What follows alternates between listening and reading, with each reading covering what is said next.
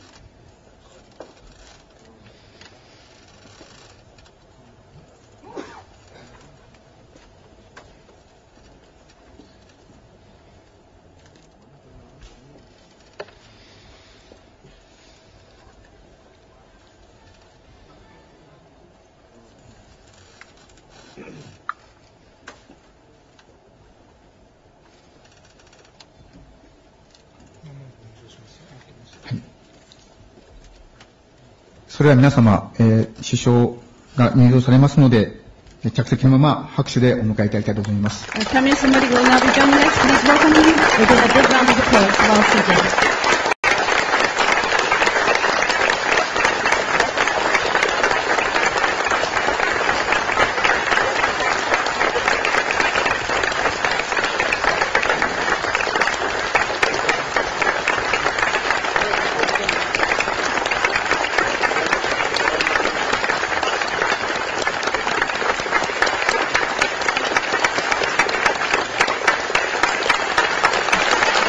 盛大な拍手を申し上げます。Please give him a big round of applause.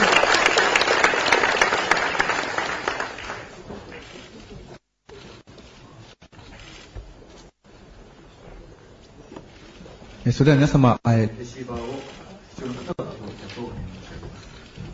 Ladies and gentlemen, please avail yourselves of the translations receivers.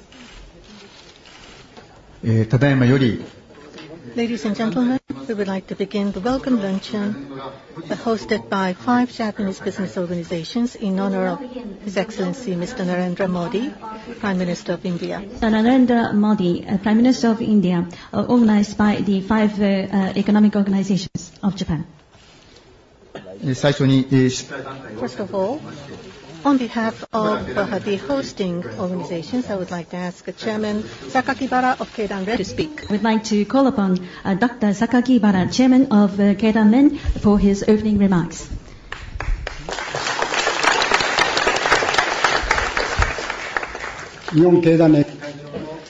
Right Honorable Prime Minister Narendra Modi, distinguished business leaders, ladies and gentlemen, I would like to express my sincere gratitude for your kind presence at the welcome luncheon hosted by 5 Japanese business organizations.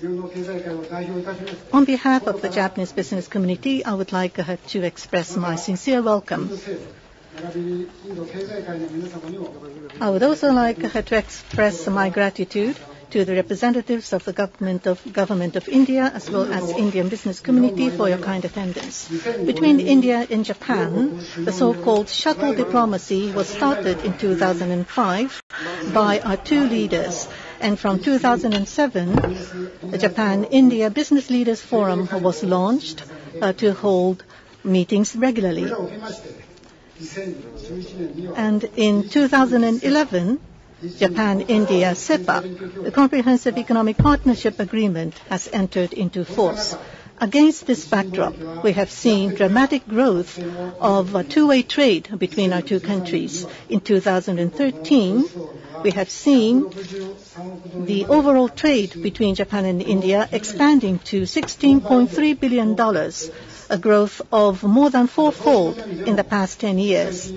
On the investment front, because of the global financial crisis, the other major countries have seen their investment into India becoming sluggish, whereas Japan's investment into India has considerably grown.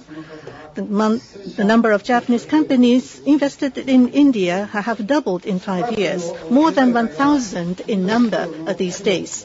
The Japanese business community has great interest over the size as well as growth potential of the Indian market. Through our cooperation on both the hard and soft side of infrastructure development, we hope that we will be able to contribute to the further economic growth of India. And in particular, the symbol of the long-standing Japan-India Economic Cooperation, namely Delhi-Mumbai Industrial Corridor, as well as Chennai-Bangalore Industrial Corridor projects, need to be realized as quickly as possible. We hope to see strengthening of our cooperative relationship between the businesses of our 2 countries in the areas of the water, railways, energy, and such livelihood and industrial infrastructure development, as well as in the cooperation in the third country markets, such as in the Middle East as well as Africa. We would like to study vigorously such possibilities. His Excellency Prime Minister Modi, when he was still the Chief Minister of the state of Gujarat, has exercised strong leadership, namely the CEO style of leadership, have led the way for the outstanding growth of the state economy. And as he was elected to be the Prime Minister of India, he has put forward 10 items of priority policy challenges, including reform in infrastructure development as well as investment. All of these would be relevant in improving business climate for both Japanese and foreign companies as well as Indian companies for their investment. We have great expectation. We are hoping that Prime Minister Modi would continue to see improvements for the business climate in India and to exercise strong leadership in liberalizing trade and investment on multilateral as well as regional front. Today, immediately before this luncheon, Keidan Ren and CII have co-hosted the 7th Japan-India Business Leaders Forum meeting. And we have prepared joint statement including recommendations to our 2 governments.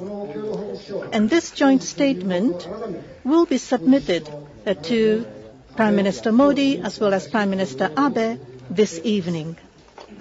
Furthermore, Keidan Ren and CII have agreed to establish a more concrete follow-up mechanism. And by the next visit by Prime Minister Abe to India, we would like to send economic delegation to India so that we will be able to further promote in a concrete manner economic cooperation between our 2 countries. To His Excellency Prime Minister Modi, I would like to solicit your continued support and understanding of the activities of our 2 business communities. Thank you very much once again. 榊原会長ありがとうございました。 Thank you very much, Dr. Sakakibara. それではインド共和国ナレンドラ・モディ首相よりご挨拶をお願いしたいと存じます。 Next, I would like to call upon His Excellency, Mr. Narendra Modi, Prime Minister of India, for his speech.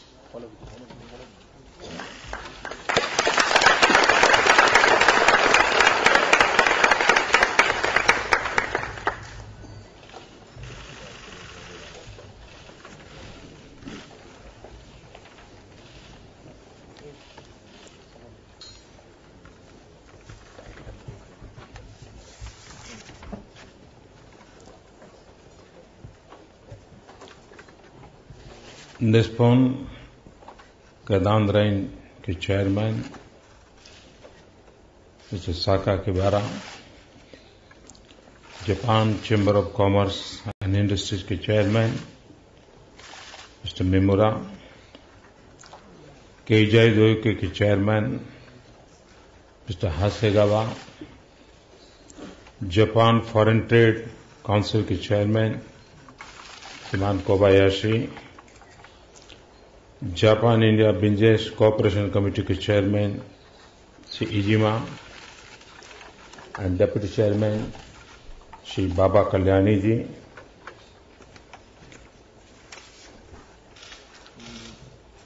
निहोनम तो इंडो नो चोमेना बिजनेसु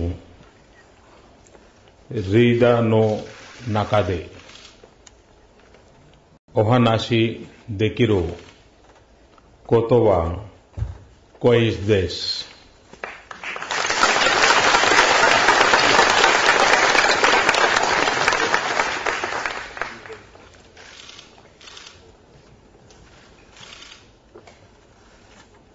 अभी बड़े विस्तार से बताया गया कि मैं गुजरात के मुख्यमंत्री के रूप में कई वर्षों तक काम करके अब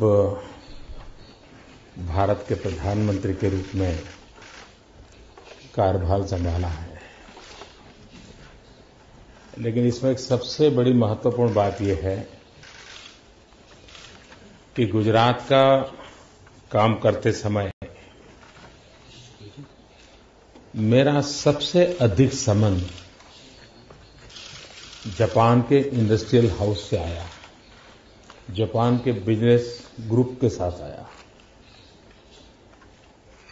पिछले 6-7 साल में शायद ही कोई ऐसा सप्ताह होगा जबकि जापान का डेलीगेशन गुजरात में न आया हो। और इस संबंधों के कारण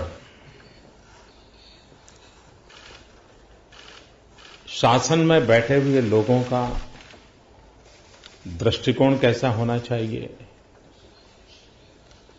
ईज ऑफ बिजनेस के लिए इनिशिएटिव कौन से होने चाहिए,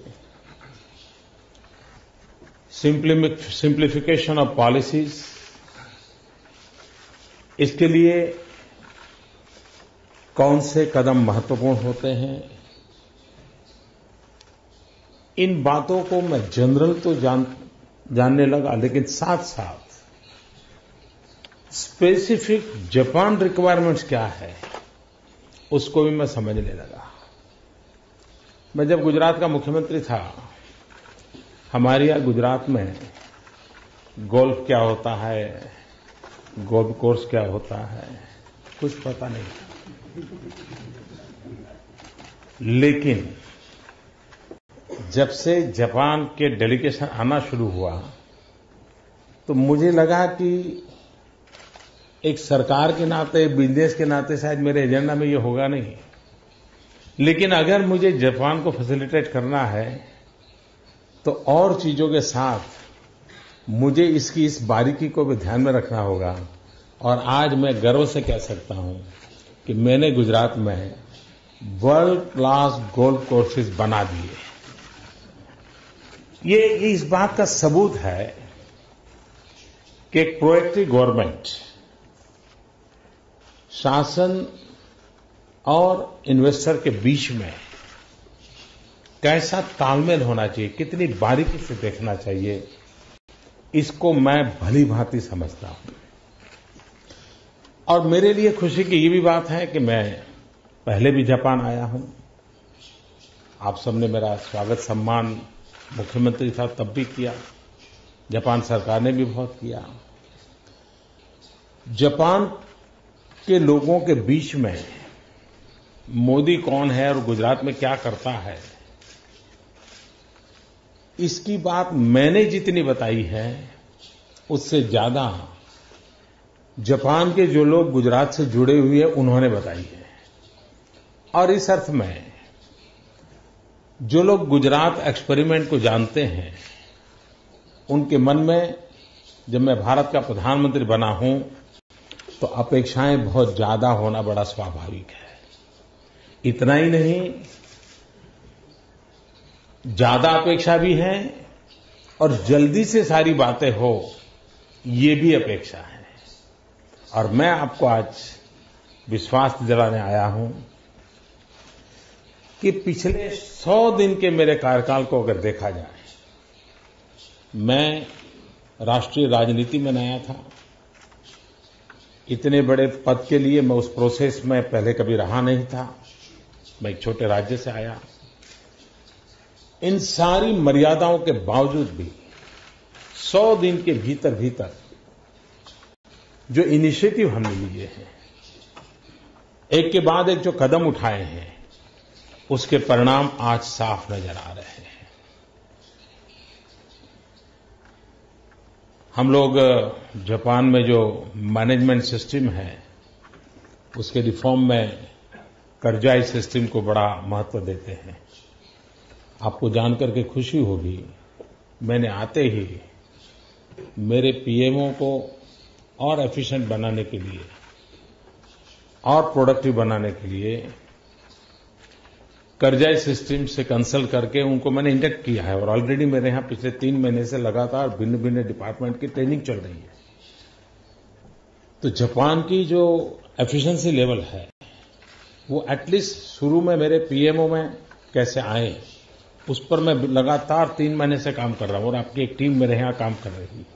तो इससे आपको ध्यान में आएगा कि गुड गवर्नेंस ये मेरी प्रायोरिटी है।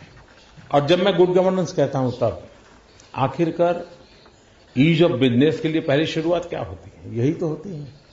कोई भी कंपनी आए तो उसको सिंगल विंडो क्लियरेंस की अपेक्षा रहती है। सिंगल विंडो क्लियरेंस अल्टीमेट से it's a matter of good governance. और इसलिए हमने गुड गवर्नेंस को बल दिया है।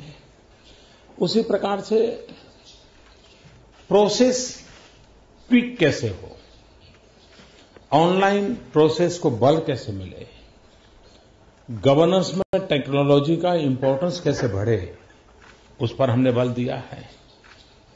कई ऐसे पेंडिंग सवाल, मुझे याद है मैं जब 2012 में यहां आया तो मेरे सामने कुछ बातें रखी गई थी। तब तो मेरे कार्यक्षेत्र में वो विषय नहीं था, लेकिन तब भी मुझसे अपेक्षाएं की जाती थी, मोदी जी ये करिए। लेकिन वो मसले सब ज्यादातर भारत सरकार के थे। लेकिन शायद आप लोगों को कुछ अंदाज होगा, इसलिए आपने 2012 में से ही मुझे लिस्ट देना शुरू कर दिया था। और उसमें जैसे आप चाहते थे एक बैंक का ओपनिंग हमारे यहां अहमदाबाद में हो जाए, मैंने आते ही पहला काम वो कर दिया। आपको वो बैंक के लिए मैंने परमिशन दे दी। रियल अर्थ के लिए कई दिनों से चर्चा चल रही थी, वो काम पूरा हो गया। ऐसे कई डिसीजन एक के बाद एक। जापानीज बैंक्स का भारत में और ब्रांचेज खोलने की अनुमति ऑलरेडी हमने दे दी। यानी एक के बाद एक निर्णय इतनी तेजी से हो रहे हैं कि जिसके कारण अल्टीमेटली मेरी ये इंप्रेशन है, क्योंकि बीइंग ए गुजराती, मेरे ब्लड में कॉमर्स है, मेरे ब्लड में मनी होता है, और इसलिए मुझे इन चीजों को समझना बहुत स्वाभाविक होता है। मैं नहीं मानता हूं कि बिजनेसमैन को कोई ज्यादा कंसेशन चाहिए। मैं ये समझता हूं कि बिजनेसमैन को ग्रो करने के लिए प्रॉपर एनवायरनमेंट चाहिए, और एनवायरनमेंट प्रोवाइड करना ये सिस्टम की जिम्मेवारी है, शासन की जिम्मेवारी है, पॉलिसी मेकर्स की जिम्मेवारी है। और एक बार सही पॉलिसी मेकिंग का फ्रेमवर्क बन जाता है तो चीजें अपने आप चलती हैं। कभी कभार डिले होने का एक कारण ये होता है कि हम नीचे के तबके के अधिकारियों पर चीजें छोड़ देते हैं। अगर हम पॉलिसी ड्रिवन स्टेट चलाते हैं तो निर्णय करने में नीचे कोई भी झिझक नहीं रहती। छोटे से छोटा व्यक्ति भी बहुत आराम से डिसीजन ले सकता है और इसलिए हमने प्रायोरिटी दी है पॉलिसी ड्रिवन स्टेट गवर्नमेंट चलाने की। अगर पॉलिसी ड्रिवन स्टेट होता है तो डिस्क्रिमिनेशन भी स्कोप नहीं रहता है, पहले आप वाला मामला नहीं रहता है और उसके कारण हरेक को समान न्याय मिलता है, हरेक को समान अवसर मिलता है और उस बात पर भी हमने बल दिया है। अभी हमारी सरकार को 3 महीने हुए हैं। आप व्यापार जगत के लोग हैं तो आप जानते हैं कि ग्लोबल इकोनॉमी और ग्लोबल इकोनॉमी का इम्पैक्ट क्या होते हैं और किस नेशन की इकोनॉमी कैसे चल रही है। पिछला 1 दशक हमारा कठिनाइयों से गुजरा है।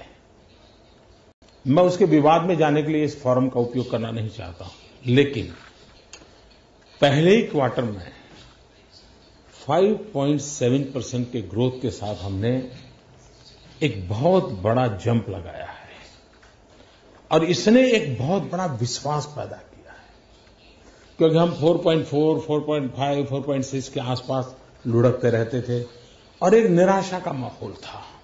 उससे बहुत बड़ा बदलाव आया है और आप जानते हैं गो नो गो ये एक ऐसी स्थिति होती है कि जो किसी को भी डिसीजन लेने के लिए उलझन में डाल देती है। जब जनता का क्लियर कट मैंडेट होता है और एक खुशनसीबी है जापान और भारत के बीच कि जापान में भी बहुत अरसे के बाद एक स्पष्ट बहुमत के साथ, पीपल्स मैंडेट के साथ एक स्टेबल गवर्नमेंट आई है। लोअर हाउस, अपर हाउस दोनों में एक स्टेबल गवर्नमेंट आई है। भारत में भी करीब 30 साल के बाद एक पार्टी की पूर्ण बहुमत की सरकार आई है और पूर्ण बहुमत की सरकार आने के कारण 2 चीजें साफ बनती हैं।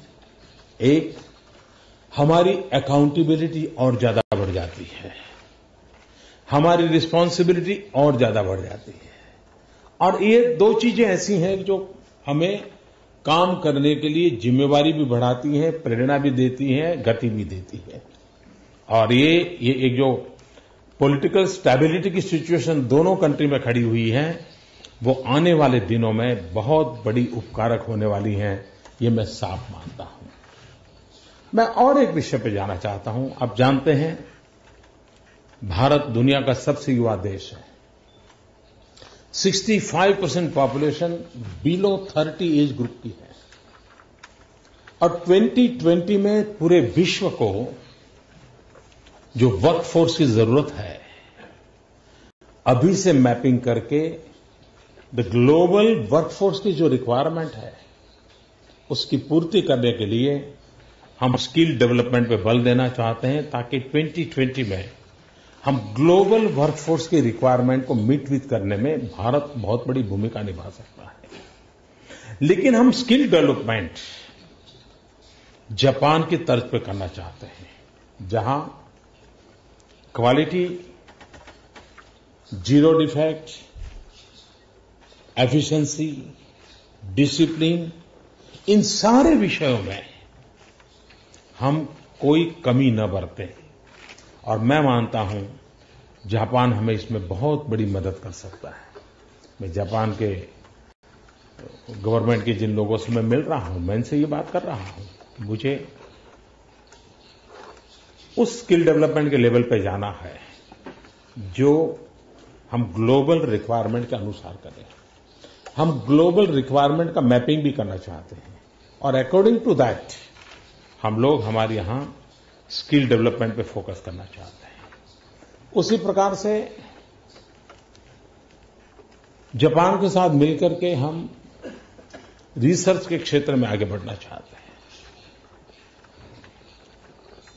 मानव स्वभाव ऐसा है कि निरंतर रिसर्च अनिवार्य होती है। There is not end of the road research के क्षेत्र में, और ये अगर करना है तो दुनिया में इस प्रकार की जो इंटेलेक्चुअल प्रॉपर्टी है उसको आगे बढ़ाने में कौन कितना मदद कर सकता है। भारत इस प्रवाह में जुड़ना चाहता हूं, वहां भी एक बहुत बड़ा स्कोप है। 125 करोड़ की जनसंख्या, वहां भी एक अर्ज पैदा हुई है। वे भी अपनी क्वालिटी ऑफ लाइफ में चेंज चाहते हैं।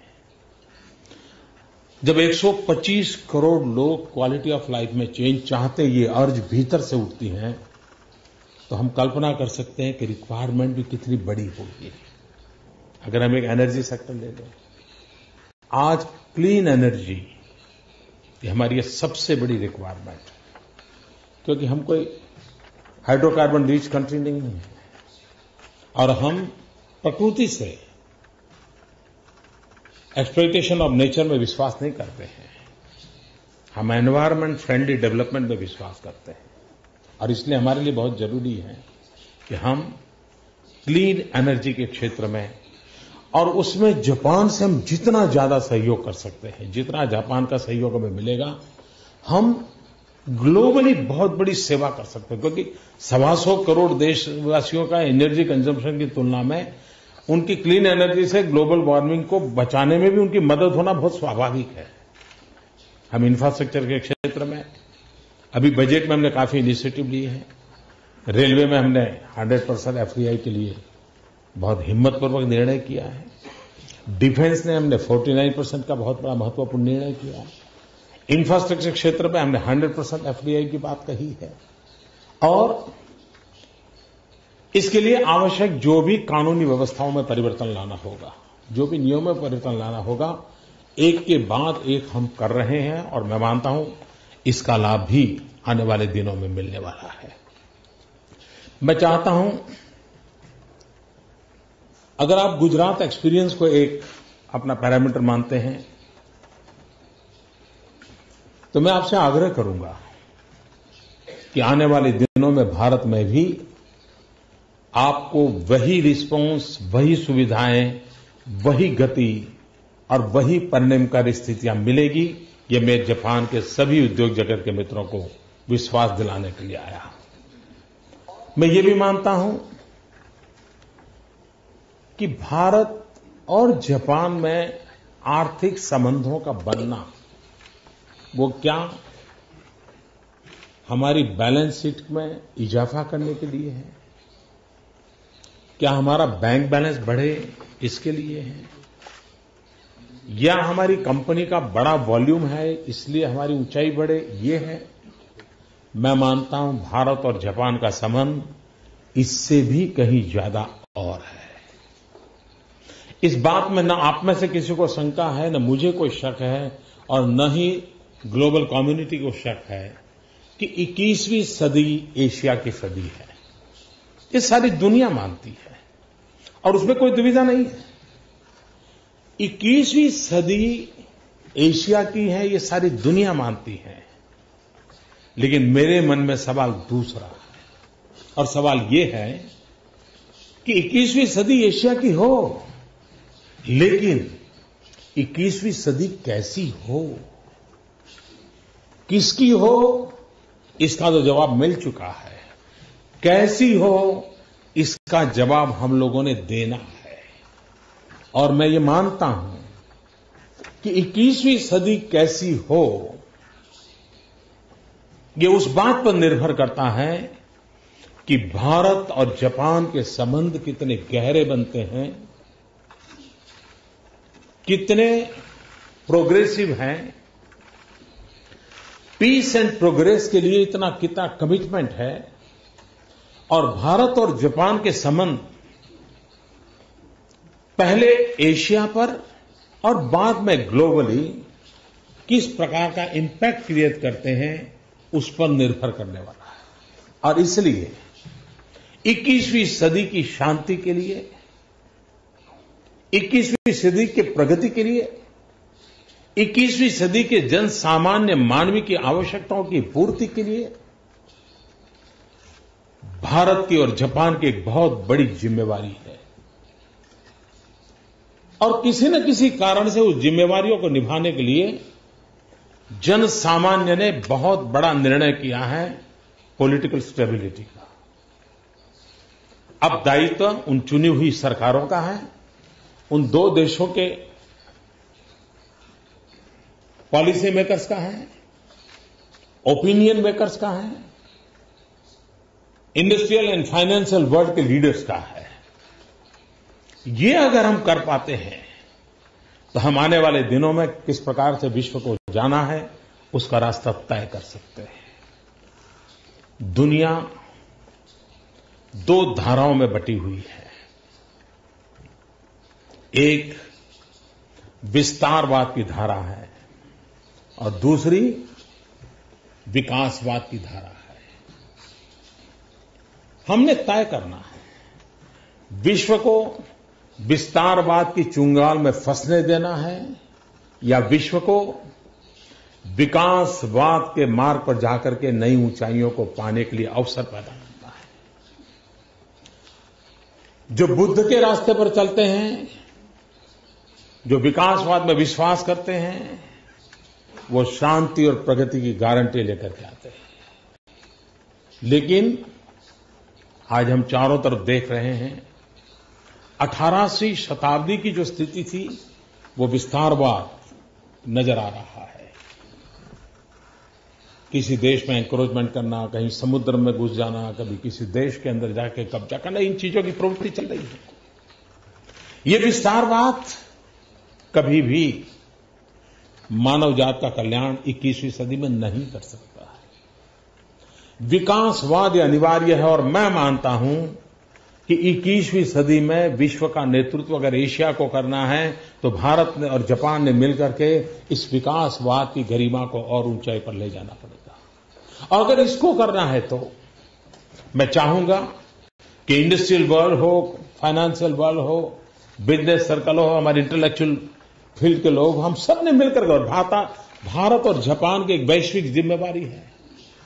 ये सिर्फ भारत की भलाई के लिए हम कुछ करें या जापान की भलाई के लिए करें, इस कंपनी की भलाई के लिए कुछ करें या उस कंपनी की भलाई के लिए कुछ करें, यहां तक का सीमित दायरा मिट चुका है। हम उससे बड़ी जिम्मेवारियों के साथ जुड़े हुए हैं और मुझे विश्वास है कि आप एक ऐसे महत्वपूर्ण लोगों के बीच में मैं खड़ा हूं जो एक प्रकार से दुनिया की इकोनॉमी में बहुत बड़ा ड्राइविंग फोर्स इस कमरे में बैठा हुआ है, जो विश्व की इकोनॉमी को दिशा देने वाले लोग हैं। विश्व की इकोनॉमी में प्रभुत्व पैदा करने वाले लोग मेरे सामने बैठे हैं। इतने बड़े सामर्थ्यवान लोगों के बीच में मैं आज एक ऐसी बात कर रहा हूं जो मानव कल्याण के लिए है, विश्व शांति के लिए है, विश्व के गरीबों की प्रगति के लिए है और उस एक महान दायित्व को पूर्ण करने के लिए भारत अपनी भूमिका निभाना चाहता है। नई सरकार आवश्यक सभी रिफॉर्म करते हुए आगे बढ़ना चाहता है। मैं जापान के उद्योगकार मित्रों से एक और भी बात बताना चाहता हूं। हमने तय किया है कि डायरेक्टली पीएमओ के अंडर में एक जापान प्लस इस भूमिका से एक स्पेशल मैनेजमेंट टीम में क्रिएट करने जा रहा हूं जो एब्सोल्युटली जापान को फैसिलिटेट करने के लिए डेडिकेटेड होगी और उसके कारण उनकी सुविधा बढ़ेगी। एट द सेम टाइम हमारे यहां जो इंडस्ट्रियल कामों को देखने वाली जो टीम है उसके साथ हमारी टीम में मैं जापान जो दो लोगों को पसंद करे उस टीम में मैं जोड़ना चाहता हूं, जो परमानेंट उसके साथ बैठेंगे, जो आपकी बातों को बहुत आसानी से समझ पाएंगे और वो हमारी निर्णय प्रक्रिया के हिस्से होंगे। ये एक ऐसी सुविधा होगी कि जिसके कारण जैसे ईज ऑफ बिजनेस है तो ईज फॉर जापान भी हो जाएगा और इस प्रकार से एक स्पेशल इनिशिएटिव भी लेने का हमने निर्णय किया है। मुझे आप सबके बीच आने का अवसर मिला, आपने समय निकाला, मैं आपका बहुत बहुत आभारी हूं। भारत से मेरे साथ बहुत ही बड़ा डेलीगेशन आया है। आप लोग तो परिचित होंगे, कोई से परिचित होगा, लेकिन सब लोग सबसे परिचित नहीं होंगे। मैं कह सकता हूं हिंदुस्तान का इंडस्ट्रियल वर्ल्ड का मेरा जो हुजहू है वो आज यहां इस कमरे में है। मैं चाहूंगा कि आप लोग उनसे बाद में मिलना चाहेंगे तो मैं एक बार उनसे प्रार्थना करूंगा, अगर हमारे लोग अपने जगह पे खड़े हो जाएं, भारत से आए हुए मेरे सब साथी, तो और लोगों को ध्यान में रहेगा, ताकि हाथ मिलाना, बात करना उनको सबको सुविधा रहेगी। ये बहुत ही हैवीवेट मेरे देश की टीम है। मुझे भी कभी मिलना है तो मुझे इनसे समय लेना पड़े, इतने बड़े लोग हैं। मैं उन सबका भी आभारी हूं कि मेरे साथ वो आए हैं और भारत की प्रगति के एक महत्वपूर्ण मेरे हिस्से हैं। यह वी आर अ पार्टनर। हम सरकार वो और अलग इस भूमिका मुझे मंजूर नहीं।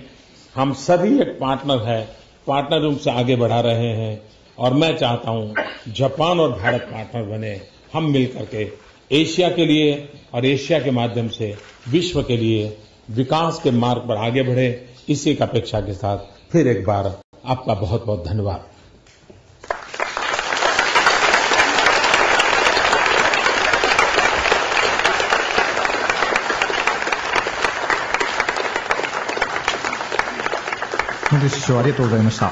Thank you very much, Prime Minister Modi. それでは続きまして、乾杯に移りたいと存じます。 We will now proceed to the toasting ceremony. 日本商工会議所の三村会頭、乾杯のご挨拶をお願い申し上げます。 I would like to call upon Dr. Mimura, Chairman of the Japan Chamber of Commerce and Industry, to lead the toast. 日本商工会議所の会頭の三村であります。ただいまモディ首相より帰国の政策運営の基本的な考え方、あるいは世界の情勢を踏まえた日印関係の一層の強化について極めて熱のこもったお話を直接お伺いすることができ、出席者一同大変胸を熱くしております。 Thank you very much. My name is Mimura, Chairman of the Japan Chamber of Commerce and Industry.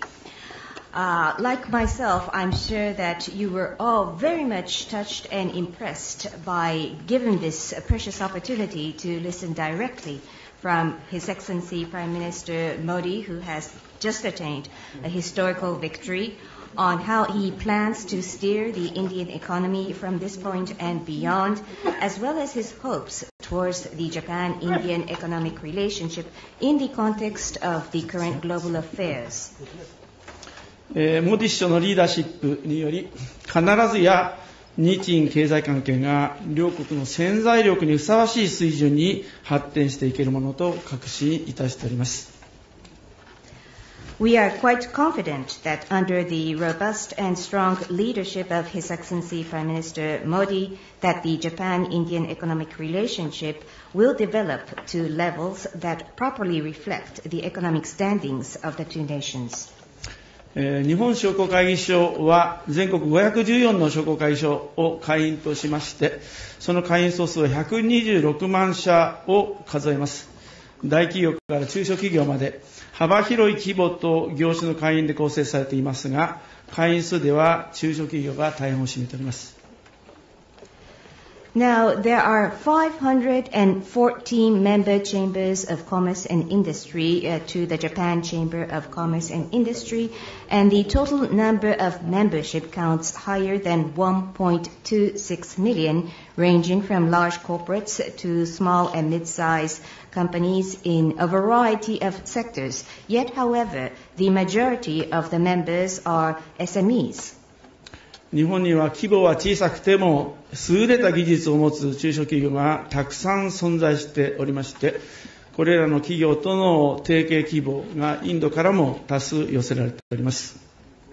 In Japan, there are numerous SMEs that may be small in size but have superb technology, and we are approached by several Indian companies who are hoping to strike alliances with these Japanese corporates.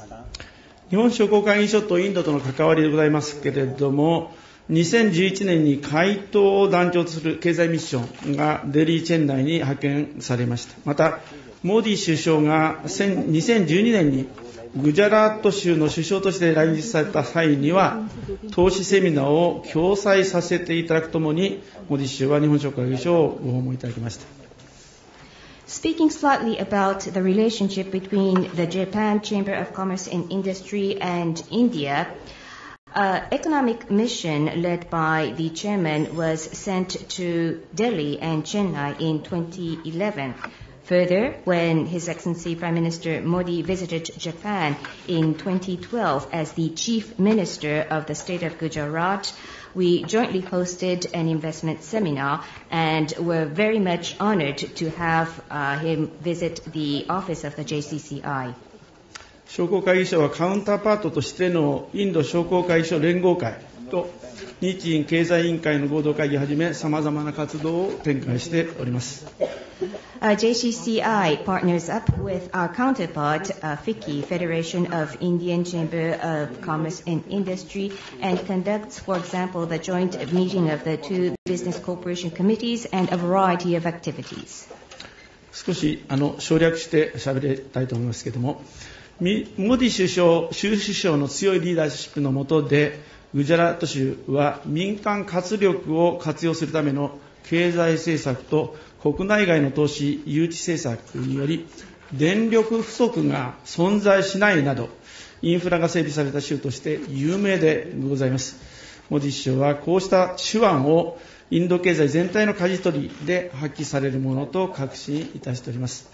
I promise to be quick under time constraints. Under the strong leadership of the then Chief Minister Modi, the state of Gujarat took various policies in, for example, the economic area to put into use the strength in the private sector and to invite investments from inside and outside of India, and became a well-known state with the superbly developed infrastructure where there exists no power shortages. And I'm confident that His Excellency the Prime Minister will now put his skills into use as he steers the nationwide economy of your great nation.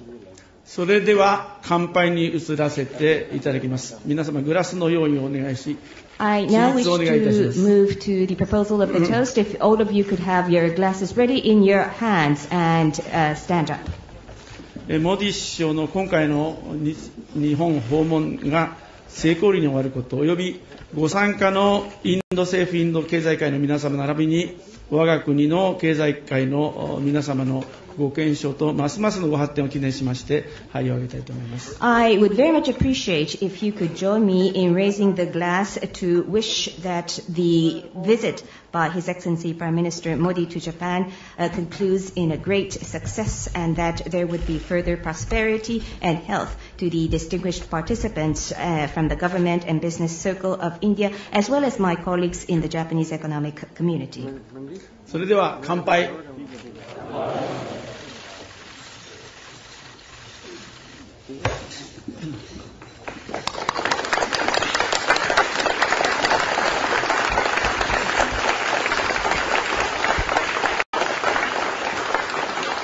それではご着席をお願い申し上げます。三村会頭ありがとうございました。Thank you very much, Dr. Mimura. You are kindly requested to be seated.